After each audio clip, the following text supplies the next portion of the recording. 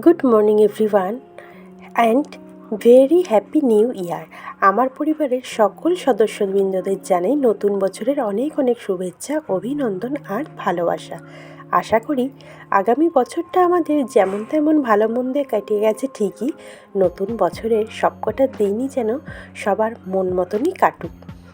আমি প্রিয়াঙ্কা, আর আমার চ্যানেল প্রিয়াঙ্কা বণিক ভ্লগের নতুন বছরের নতুন দিনের আরও একটা নতুন ভ্লগে আপনাদের সকলকে স্বাগত।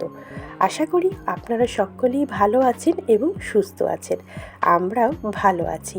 আগামী বছরটা যাই হোক কোনো রকম ভালো মন্দ মিশিয়েই কেটেছে, তবে নতুন বছরটা যেন ওই কোনো রকম না, বেশ ভালোভাবেই কাটে সবার।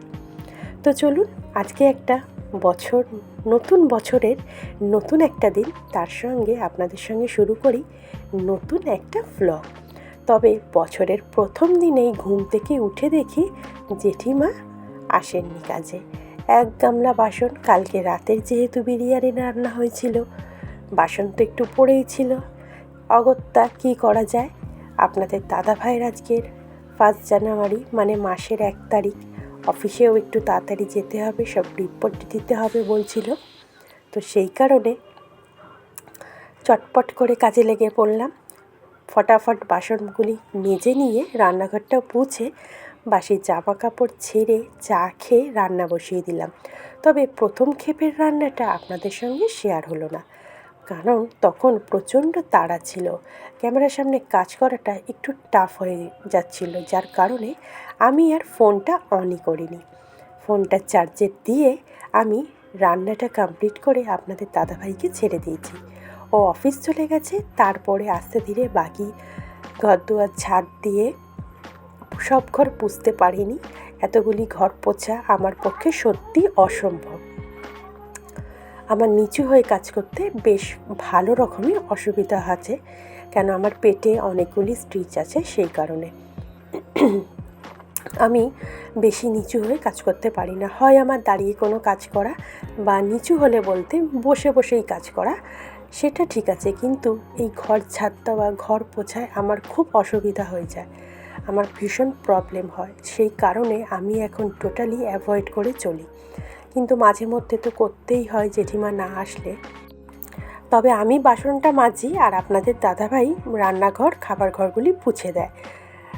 আর যাই হোক, ও চলে গেছে, ওর মতন ওকে মূলো দিয়ে মাছ চচ্চড়ি আর পেঁয়াজ কালি আলু ভাজা করে দিয়েছিলাম, সেই দুটো রেসিপি আর আমি ক্যামেরাবন্দি করতে পারিনি, যার ফলে আপনাদের সঙ্গে শেয়ার করাও হলো না। আর এখন চলুন আমাদের বাকি রান্নাবান্নাগুলি কমপ্লিট করে ফেলি, এক এক করে দেখতে থাকুন। আজকে প্রথমে বসিয়ে দিলাম আমাদের জন্য 1 সোমবারের ডাল।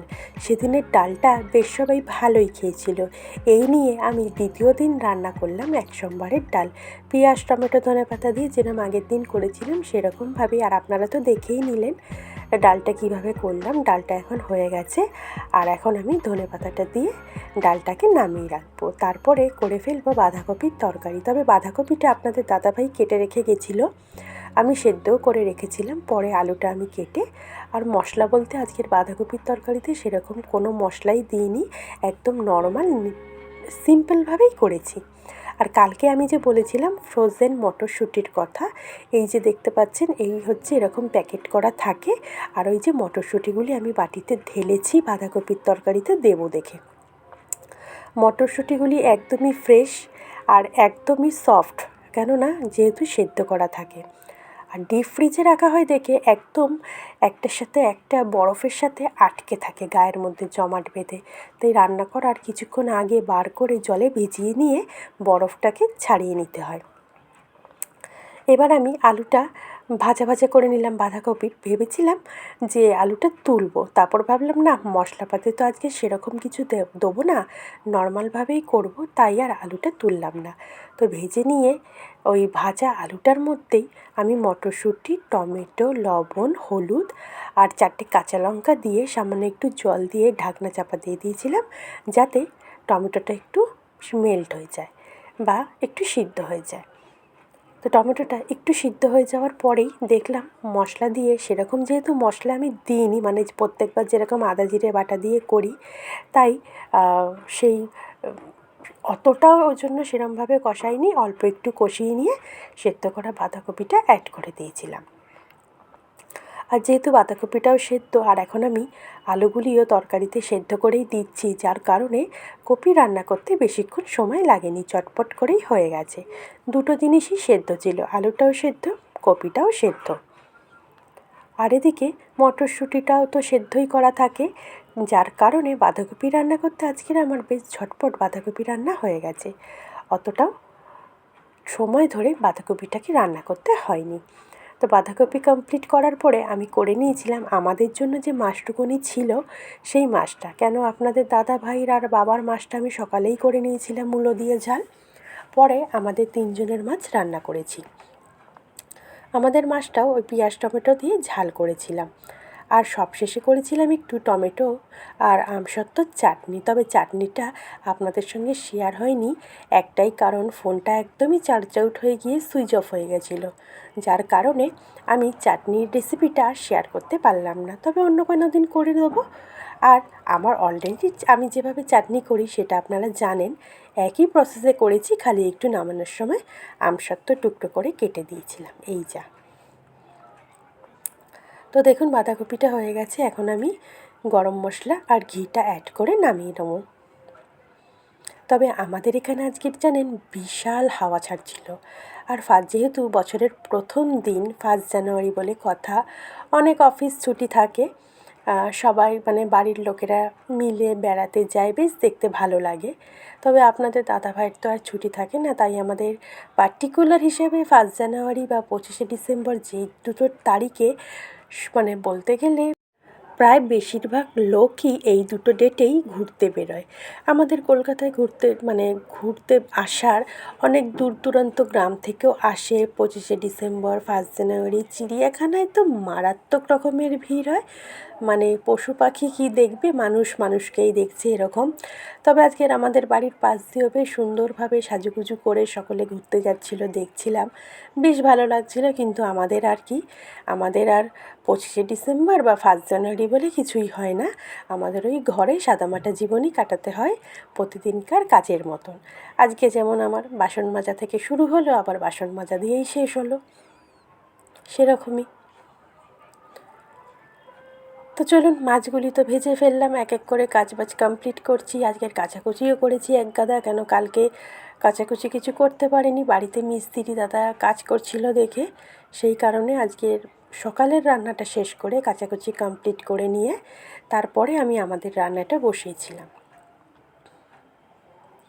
এখন মাছগুলি তো ভেজে তুলে নিলাম, তার মধ্যে পেঁয়াজটা দিয়ে ভাজা ভাজা করে নিয়ে টমেটোটা অ্যাড করে দিলাম। এরপরে দিয়ে দেবো একটু লবণ, হলুদ গুঁড়ো, লঙ্কার গুঁড়ো, কাঁচা লঙ্কা আর আলাদা করে দিইনি, কেন বেশি ঝাল দিলে পরে ছোটো মেয়ে খেতে পারবে না জানি, সেই কারণে। মাছের ঝালটা করে নিয়ে মাছের ঝালটা শেষ হলো, আর ফোনটাও চার্জ আউট হয়ে গেল। ভাবলাম যা, টমেটোর চাটনিটা বসাবো, কী আর করা যাবে, তাই আর আপনাদের সঙ্গে শেয়ার হলো না টমেটোর চাটনি। তবে মাছের ঝালটাতে না আজকের আমি জল দিয়ে বেশি, যেরকম জল দিয়ে ফোটাই সেরকম কিন্তু ফোটাইনি, অল্প একটু জল দিয়ে ঢাকনা চাপা দিয়ে সিম করে করে মাছের ঝালটা করেছিলাম। খেতে বেশ দারুণ হয়েছিল, ঝালও হয়নি মাছের ঝালটা, তবে সুন্দর রং হয়েছিল কিন্তু। এই যে দেখলেন, ঢাকনাটা চাপা দিয়ে দিলাম। এবার কিছুক্ষণ পরে মশলার থেকে যখন তেলটা ছেড়ে আসলো, তখন মাছগুলি অ্যাড করে আর সামান্য একটু জল দিয়ে আমি আবার ঢাকনা চাপা দিয়ে দিয়েছিলাম।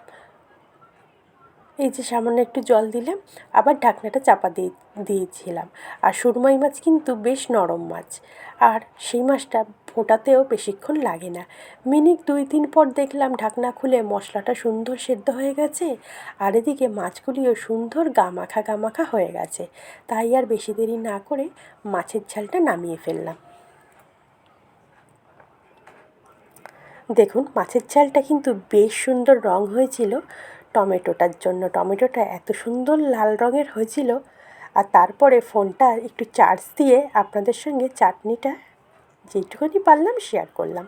তো চলুন, আজকের মতন এখানেই রাখলাম। আশা করি ভালো লাগবে, ভালো লাগলে অবশ্যই চ্যানেলটা সাবস্ক্রাইব করে পাশে থাকবেন। আর ভিডিওটা দেখার জন্য থ্যাংক ইউ সো মাচ। সবাই ভালো থাকবেন, টাটা।